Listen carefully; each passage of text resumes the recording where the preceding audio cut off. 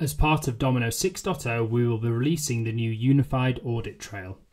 With the Unified Audit Trail, we are taking Domino's industry-leading auditability to the next level by centralizing our various Audit Trail events into a single, interactive, near real-time, human-readable dashboard, making it straightforward for stakeholders to find the audit information they need.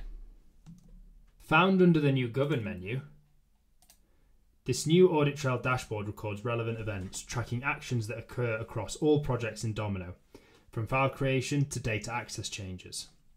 Within the UI, users are able to search and filter these events. For example, I want to see the actions that Ross Sharp has taken on the CDISC 01 SDTM blind dataset, and within the last 30 days. Here you can see I was easily able to filter down these events. The default columns in this view show me when the event occurred and by who, what the event was, what target the event occurred upon, and in which project the event was in.